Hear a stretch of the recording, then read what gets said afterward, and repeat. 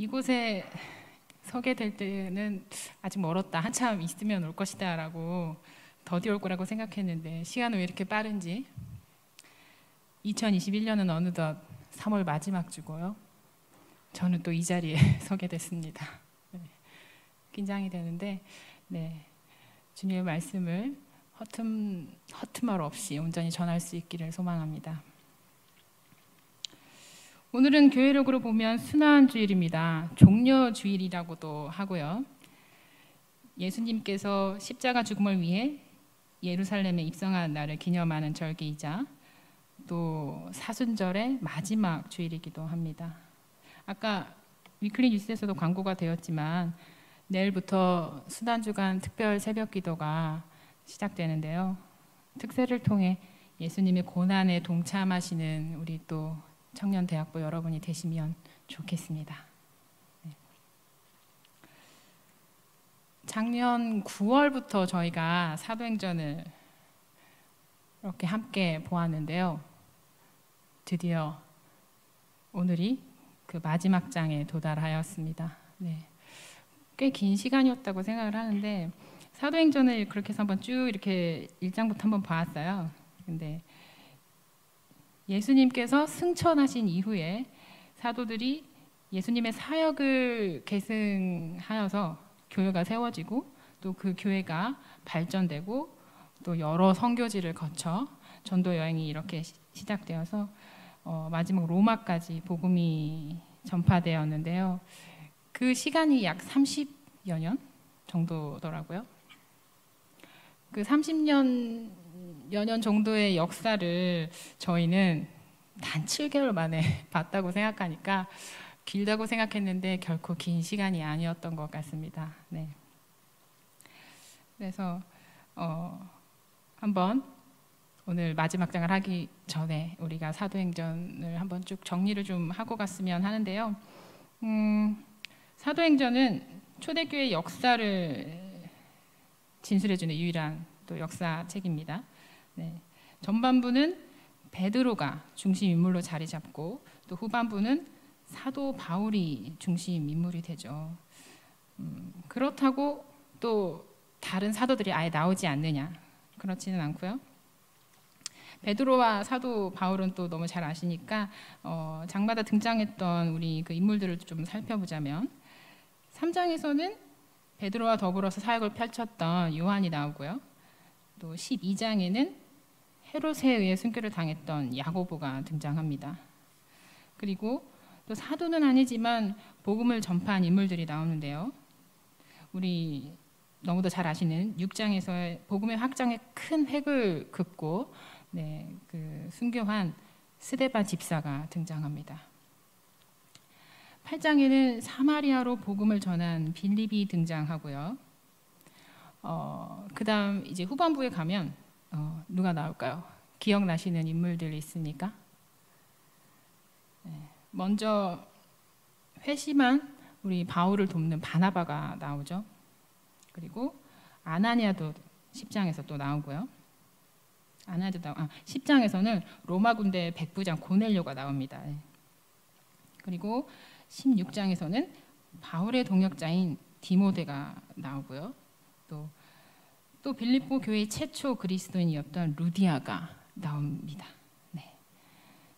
18장으로 가게 되면 또 브리스길라와 아굴라 또 그들이 나와서 또 바울과 함께 천막 짓는 일을 하면서 그의 사역에 동참을 하고 있는 것을 볼 수 있고요. 또 우리 사도행전에서 직접적으로 이름이 거론되어 있지는 않지만 사도 바울의 선교 여행에 직접 이렇게 기록을 하고 있는 저자 누가도 있습니다. 이처럼 많은 인물들이 나오는데요.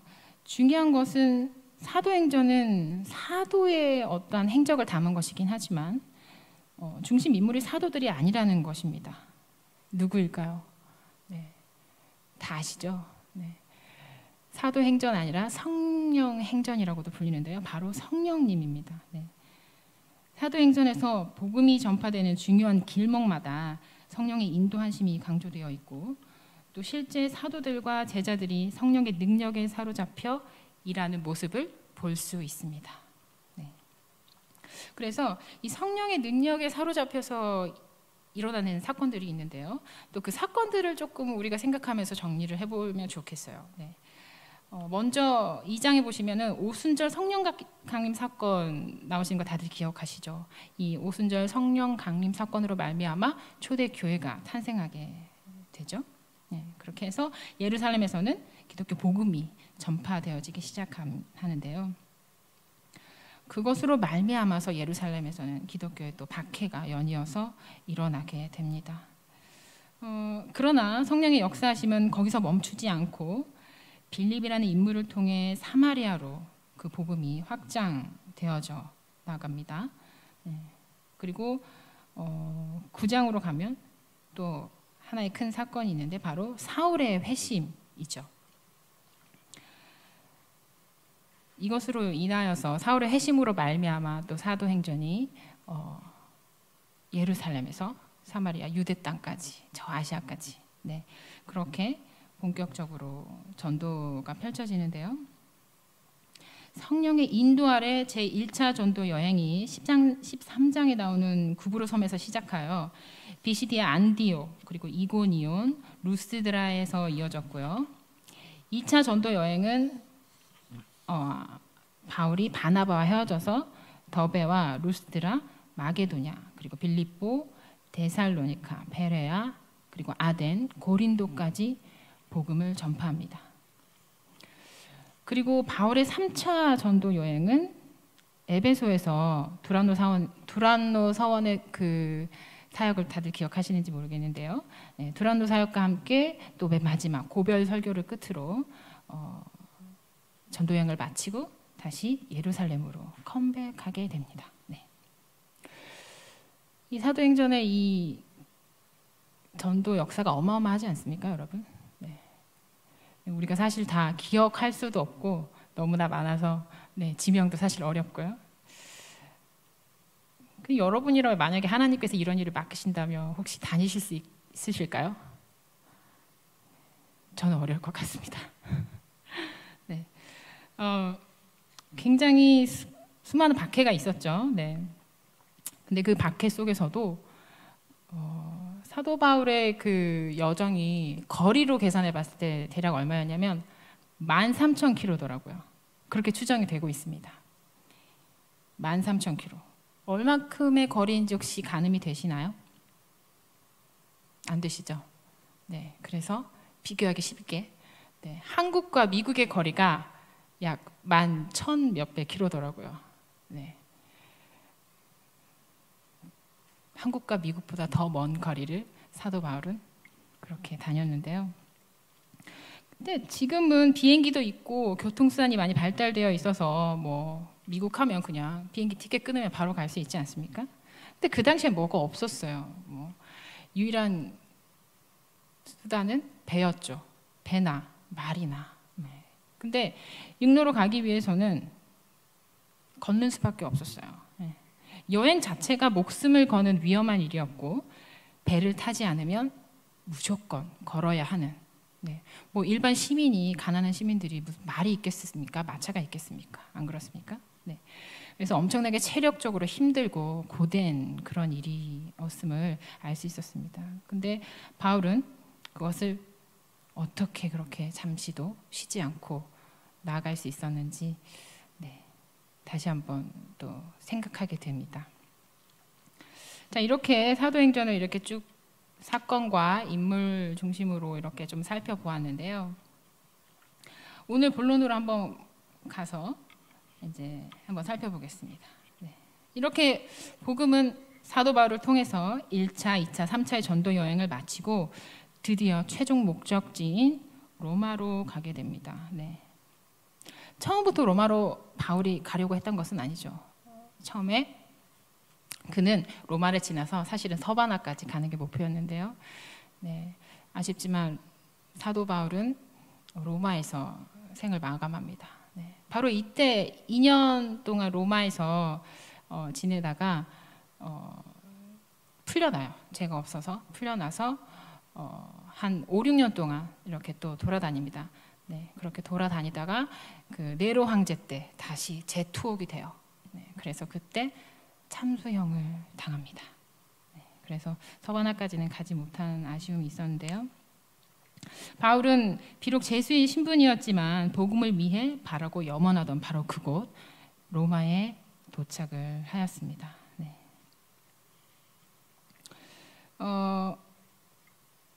이 로마에 가기 위한 이 계획은 바울이 세운 것이 아닙니다. 네. 16장에 보시면 그 바울이 제1차 선교 여행 도중에 아까 말씀드린 아시아로 갈 계획을 세우거든요. 그런데 아시아로 가려는 바울의 일행의 계획을 성령께서 막으세요.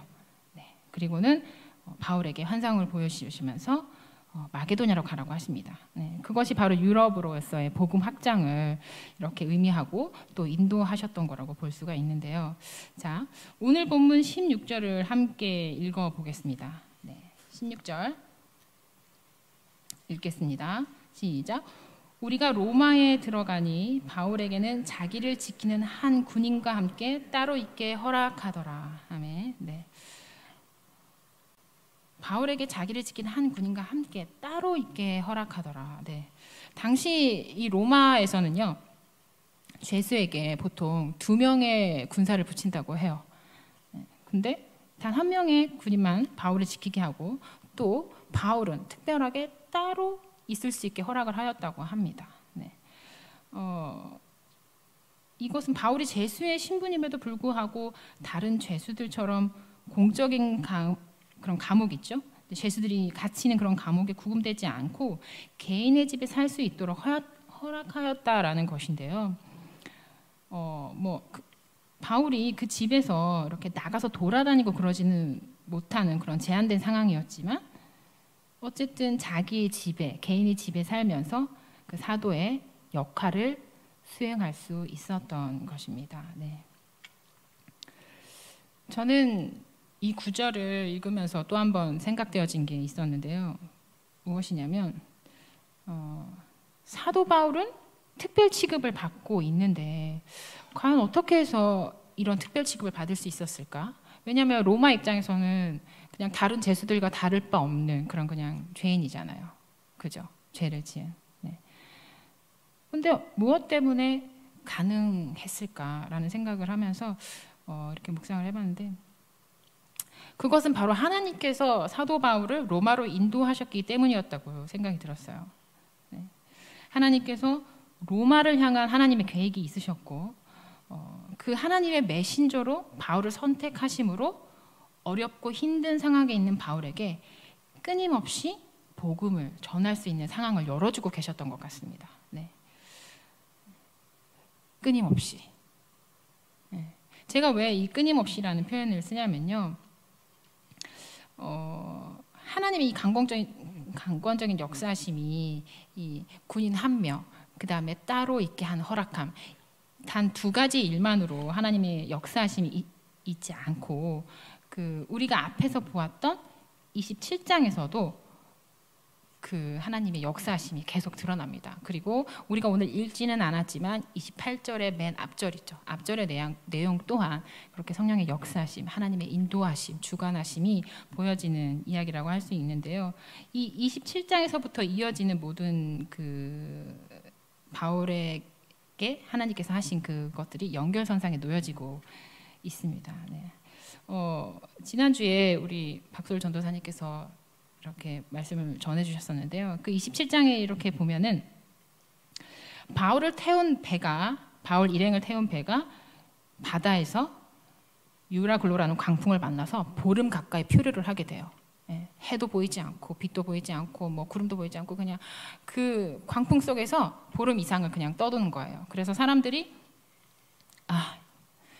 생명을 포기할 정도로 이러면 죽겠구나, 이러다 그냥 죽겠구나 하고 좌절하고 있을 때 하나님의 사자가 바울에게 나타났고 바울로 인하여 그 배에 탔던 약 276명의 사람들이 위로를 받고 모두 생명을 건지게 됩니다.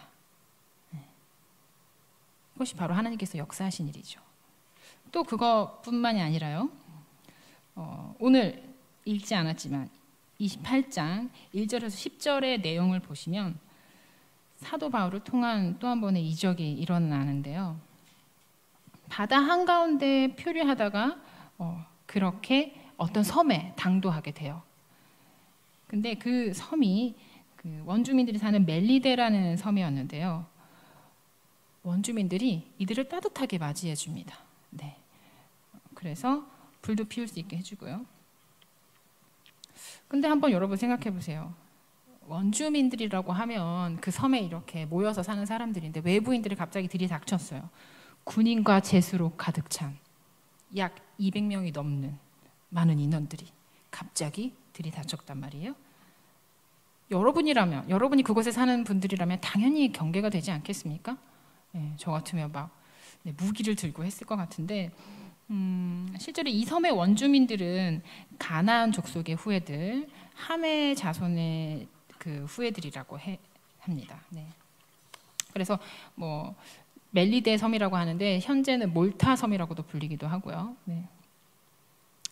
헬라인들은 이 원주민들을 야만인들이라고 불렀다고 해요.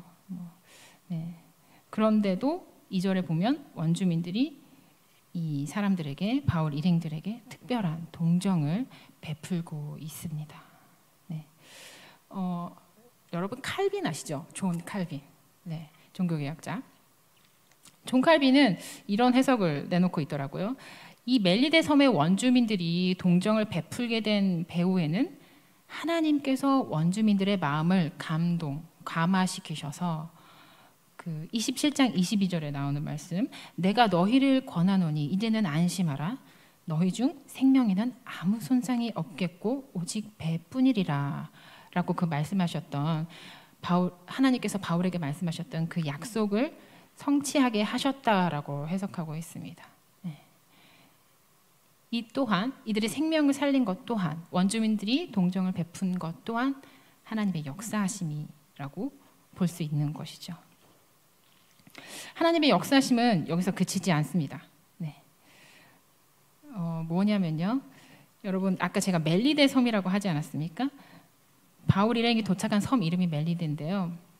이 멜리데 단어의 뜻이 있습니다. 뭐냐면 바로 피난처예요. 피난처. 네. 그 헬라어도 하고 히브리어도 했던 우리 사도 바울은 이 멜리데라는 섬 이름을 딱 들었을 때 그 하나님의 그 위로하심, 하나님께서 우리를 보호하고 계시구나라는 걸 딱 느끼지 않았을까요? 네. 이런 단순한 이름 하나 자체에서도 하나님께서는 보호하고 역사하시고 지켜주셨다라는 걸 우리가 알 수 있습니다. 감동이지 않습니까? 감동이 안 되세요? 저 막 눈물이 나려고 했는데. 네.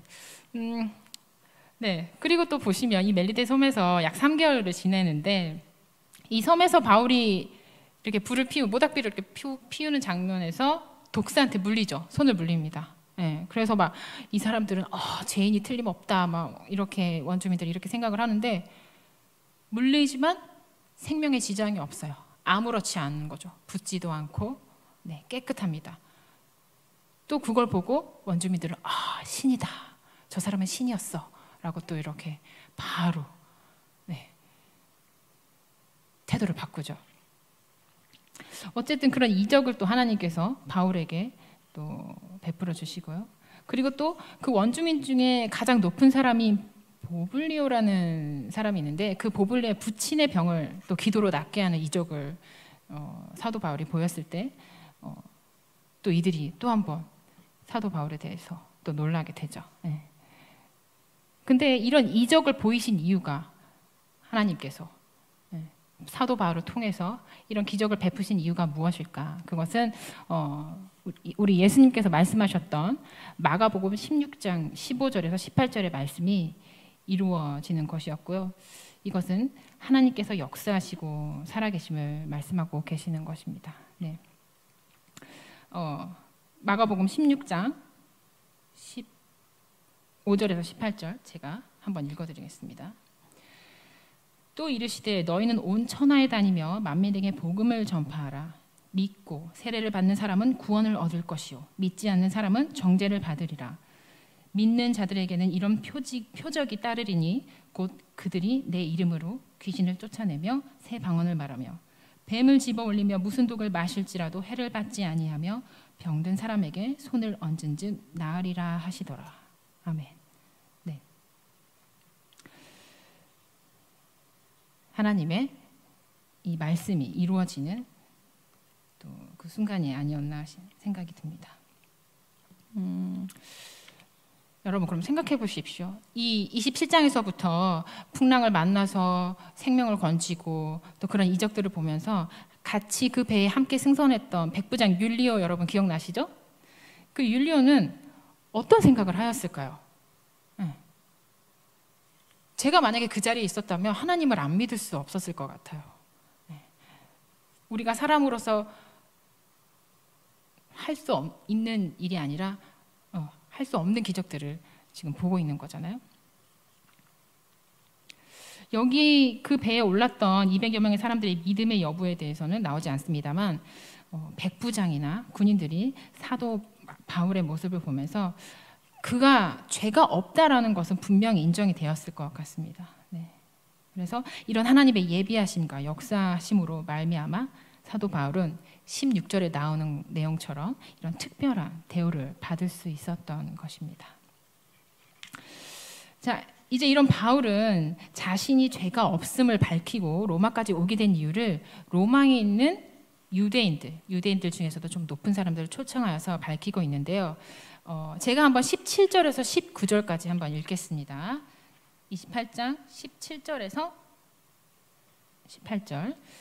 사흘 바울이 유대인 중 높은 사람들을 청하여 그들이 모인 후에 이르되 여러분 형제들아 내가 이스라엘 백성이나 우리 조상의 관습을 배척한 일이 없는데 예루살렘에서 로마인의 손에 죄수로 내준 바 되었으니 로마인은 나를 신문하여 죽일 제목이 없으므로 석방하려 하였으나 유대인들이 반대하기로 내가 마지못하여 가이사에게 상소하며 내 민족을 고발하려는 것이 아니니라. 아멘. 네. 로마에 도착해서 개인의 집에 이렇게 묵으면서 오래 쉬지도 않습니다. 사도 바울은 체력적으로 정말 지치고 힘들었을 텐데도 딱 사흘 쉬어요. 네. 사흘 후에 바울이 유대인 중 높은 사람들을 청하여 그들이 이렇게 그 집에 모이게 합니다. 네. 모인 후에 그 말씀을 얘기를 하죠. 형제들아, 내가 이스라엘 백성이나 우리 조상의 관습을 배척한 일이 없고 또 예루살렘에서 내가 로마인들에게 이들의 사도 바울의 죄를 찾지 못하였다. 그리하여 내준 바 되었는데 나는 유대인들의 반대로 인하여 내가 마지못해 가이사에게 상소하러 여기까지 왔다. 그러나 내가 내 동족 유대인을 고발하려고 하려던 것은 아니었다 라고 말하고 있습니다. 네. 로마까지 정말 쉽지 않은 여정이지 않았습니까? 네. 근데도 바로 만나서 유대인들을 만나서 그런 얘기를 하는데요. 그는 왜 유대인들을 만났을까요? 한번 생각을 해보셨으면 좋겠습니다. 로마인들도 아니고 네. 유대인들을 만났는데요. 이 당시 로마에 살던 유대인들은 예루살렘에서 자신을 고발했던 그런 유대인들과는 사실 좀 다른 부류였죠. 네. 훨씬 그 이전 시대에 포로로 끌려갔던 사람들도 있고 또 예루살렘 안에서 또 기독교 박해로 인하여서 이렇게 갔던 그런 유대인들도 있고요. 당시 로마에는 4-5개의 회당이 있었다고 합니다. 그리고 약 2만 명 이상의 유대인들이 거주하고 있었는데 사도 바울이 먼저 이들을 만난 첫 번째 이유는 로마에 있는 유대인들이 사도 바울 자신에 대해 어떻게 여기고 있는지 모르기 때문이었어요. 네. 예루살렘에 있는 유대인들은 굉장히 사도 바울을 적대시하고 배척하고 죄인으로 몰았잖아요. 네. 율법을 어기고 하나님을 모독했다는 죄로. 근데 사도 바울은 로마에 있는 유대인들도 나를 그렇게 생각하나? 나를 어떻게 생각하지? 알지 못했어요. 그래서 일단 먼저 그들을 만나서 자신에 대한 오해를 풀고 싶었습니다. 그래서 자신이 로마에서 복음을 전할 때 공경에 처하지 않기 위해서 먼저 그들을 대했고요. 그리고 두 번째 이유는 그것으로 말미암아서 이 유대인들에게도 복음을 전하고 로마인들에게도 복음을 증거하고자 했기 때문입니다.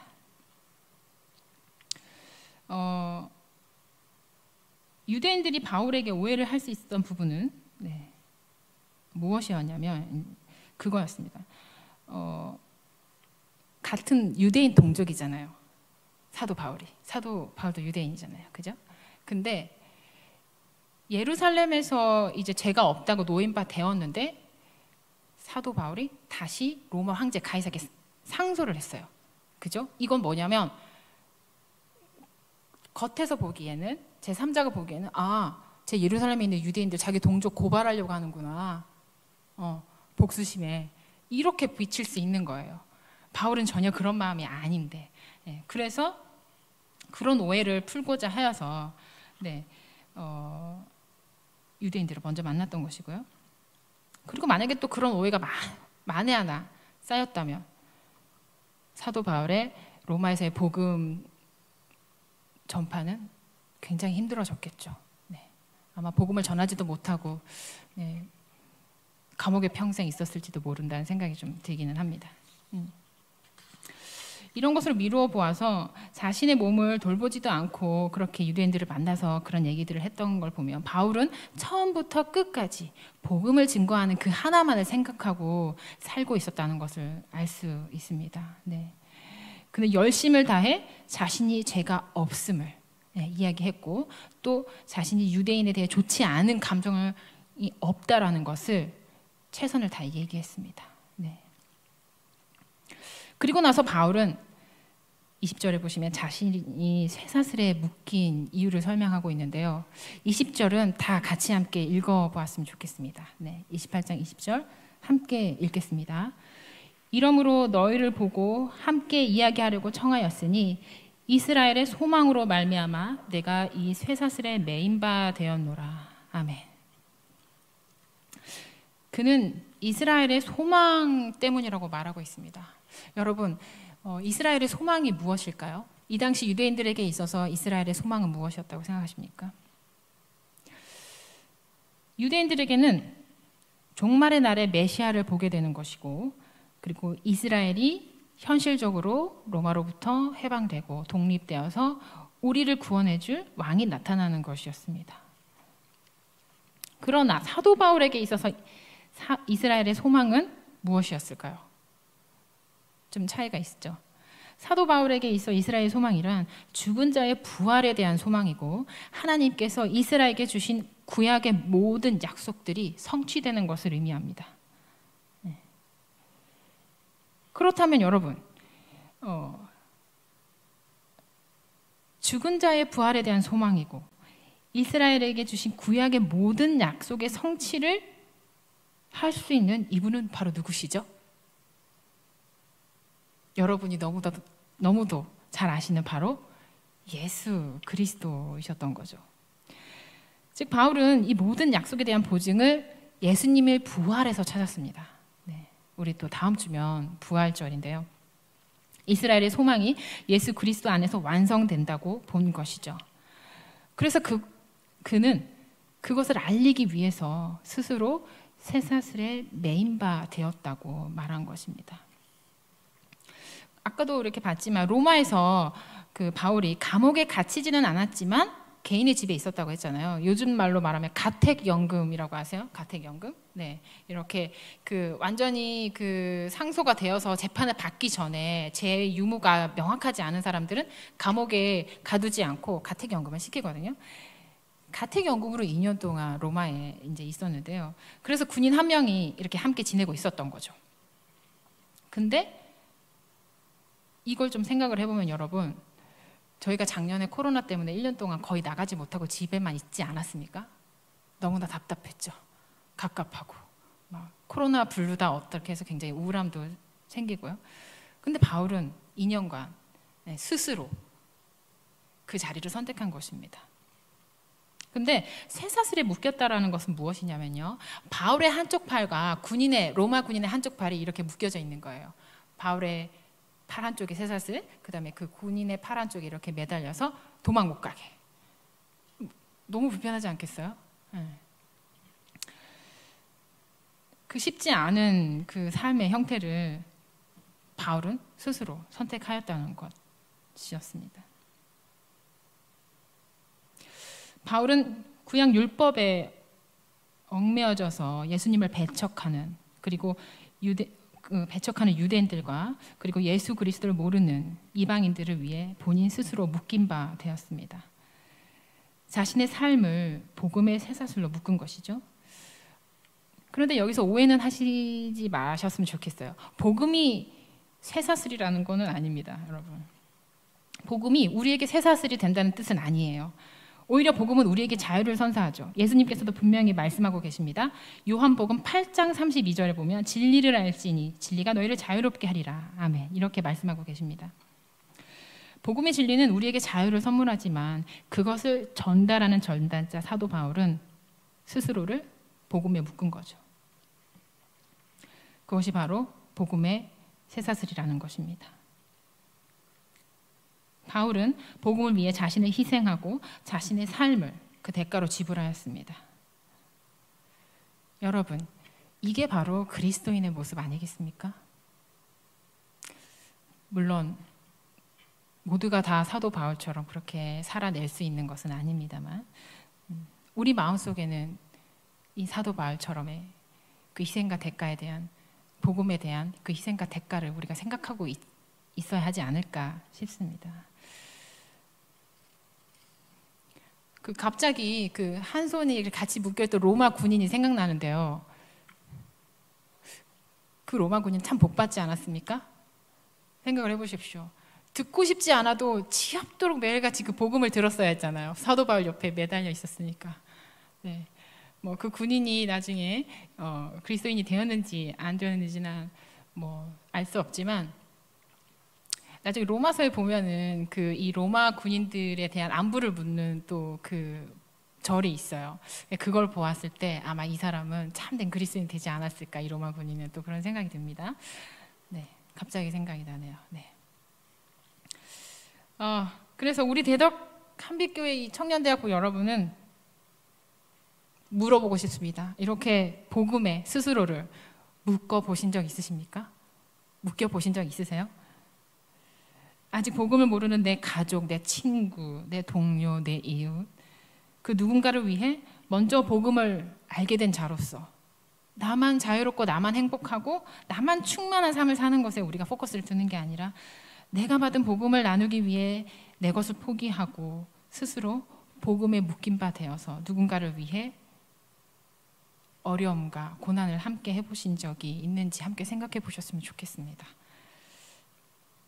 세상에 보이지 않는 쇠사슬, 그 쇠사슬에 묶여있는 사람들, 아니 묶여 있다고도 생각하지 못하는 그런 사람들, 그들의 보이지 않는 쇠사슬을 풀어주기 위해 나는 과연 복음을 묶을 수 있는가 한번 생각해 보시면 좋겠습니다. 마지막으로 30절, 31절을 한번 같이 읽어보고 싶은데요. 28장 30절에서 31절 같이 읽겠습니다. 바울이 온 이태를 자기 셋집에 머물면서 자기에게 오는 사람을 다 영접하고 하나님의 나라를 전파하며 주 예수 그리스도에 관한 모든 것을 담대하게 거침없이 가르치더라. 아멘. 네. 이태는 두 해, 즉 2년을 아까 설명했듯이 2년을 뜻하고요. 자기 셋집에 머물렀다라는 것은 이 당시 로마에서의 셋집은 본인이 세를 내면서 있는 집을 말하는 것입니다. 네. 바울이 집세를 부담했는지 아니면 후원이 있었는지 뭐 그 근처에 뭐 빌립보 교회라든지 아니면 뭐 그 로마에 올 때 그 사도 바울 일행을 마중 나왔던 로마 교회의 사람들이 있지 않습니까? 그 사람들이 그 세를 내어주었는지 그거는 사실 잘 모르겠습니다. 여러 가지 설이 있지만 어쨌든 바울은 그 집세를 감당하며 2년을 거기서 지냈는데요. 제가 이 구절에서 살펴보고자 하는 것 중에 하나는 30절에 보시면 오는 사람을 다 영접하고라는 말이 있습니다. 네, 오는 사람을 다 영접하고. 네. 그 어떤 누구라도, 어떤 신분이라도, 어떤 직업을 가진 사람이라도 다 복음을 들을 수 있었다라는 거죠. 이것이 바로 복음이 갖는 수평적 차원의 가치가 아닌가, 보편적 가치가 아닌가, 저는 그렇게 생각을 했는데요. 여러분, 이 당시의 문화는 굉장히 인종적이고 또 수직적이고 되게 성별적인 경계가 심했어요. 네. 유대인들은 선택받은 자, 아니 이방인 이렇게 구분을 했고, 또 헬라인들은 문명인과 미개인으로 구분을 지었고, 또 로마인은 로마 시민과 로마 시민이 아닌 사람, 노예 이런 식으로 구분을 다 지어놓고 살았어요. 그래서 나는 뭐 좀 높은 사람, 나는 좀 높지 못하고 나는 밑에 사람 이런 식으로. 근데 사도 바울이 들고 간 그 복음은 그것을 초월하는 것이었던 것입니다. 바꿔 말하면은 복음은 유대인과 이방인에게 다 같이 전파되고 부자와 가난한 자 사이에 놓인 그런 사회적 계층 간의 장벽을 허물어버리고, 그리고 또 남성과 여성의 구별을 뛰어넘어서 아까 루디아라는 사람이 나왔었잖아요. 네. 그런 여성처럼 여성의 사역도 일어날 수 있도록 하는 것을 뜻합니다. 네. 그렇다고 해서 바울이 저기 예루살렘에서는 이 복음, 뭐 로마에서는 이 복음 그렇게 전한 게 아니에요. 복음은 오직 하나죠. 네. 복음은 모든 사람을 향해 열려 있는 것입니다. 그래서 여러분에게 말씀드리고 싶은 것은, 내가 오늘 누구에게 복음을 좀 전해볼까? 저 사람 좀 내가 복음을 전해보면 괜찮겠는데, 저 사람은 뭐 그냥 말 하나만 할 것 같아. 네, 우리 이렇게 거르는 사람 되지 맙시다. 네, 저 사람이 받을 것 같든 복음을 받지 못할 것 같든, 좀 왠지 내가 이 말을 하면 좀 나를 알아줄 것 같고, 저 사람에게 저 말하면 나를 무시할 것 같고, 그럴 수 있잖아요, 사람이다 보면. 근데 복음은 모든 사람에게 열려있기 때문에 우리가 그걸 판단할 수 없다라는 것입니다. 네, 거르지 말고 복음을 전하는 사람들 되셨으면 좋겠습니다. 그리고 한 가지 더 살펴보고자 하는 것은요, 이렇게 31절에서 사도행전이 끝이 납니다. 네, 사도행전의 저자는 누가죠. 누가복음을 지은 누가인데요. 누가는 왜 이렇게 급진적으로 사도행전을 마무리하고 있는가예요. 네, 여러분은 뒷얘기가 안 궁금하십니까? 저는 사실 되게 굉장히 궁금했거든요. 그래서 막 찾아봤어요. 사도 바울이 어떻게 죽었는지. 네, 뭐 그랬는데 마치 이 28장은 요즘 드라마처럼 이렇게 시즌 2를 기대하게 하는 그런 엔딩이었는데요. 왜 그랬을까, 사도행전이? 그것을 살펴보자면 사도행전이 쓰여진 목적이 사도들의 행적을 나타내기 위함이 아니기 때문입니다. 누가는 그걸 마지막 엔딩에서 나타내고 싶었던 것 같습니다. 사도행전은 처음과 마지막에서 하나님의 나라와 예수에 관한 메시지를 주제로 다루고 있는데요. 앞에서 말씀드린 것처럼 사람을 위한 메시지가 아니라 하나님 나라와 예수에 관한 메시지를 주제로 다루고 있기 때문입니다. 부활하신 예수께서 하나님 나라의 일을 말씀하심을 누가는 기록하고 있고, 또 그 사도행전의 핵심 구절인 1장 8절, 오직 성령이 너희에게 임하시면 너희가 권능을 받고 예루살렘과 온 유대와 사마리아와 땅끝까지 이르러 내 증인이 되리라 하시니라고 말하고 있습니다. 그리고 마지막 부분인 31절도 다른 이야기 없고 하나님 나라와 예수에 관하여서 담대하게 거침없이 사도 바울이 전했다라고 그 말씀을 마치고 있습니다. 네.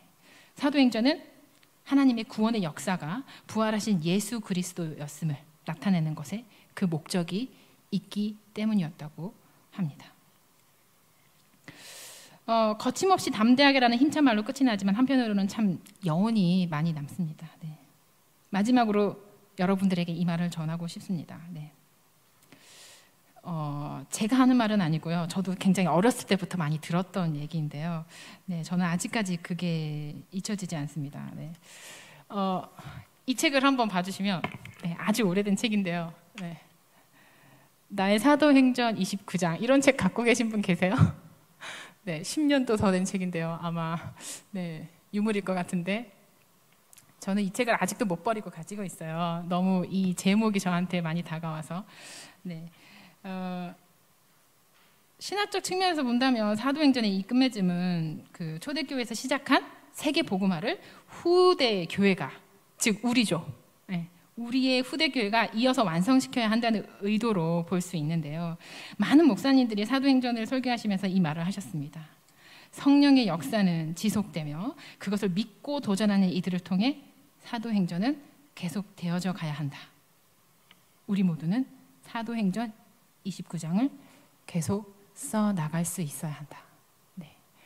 각자의 삶에서 사도행전 29장을 써 나가실 수 있는 참된 그리스도인 되시길 바랍니다.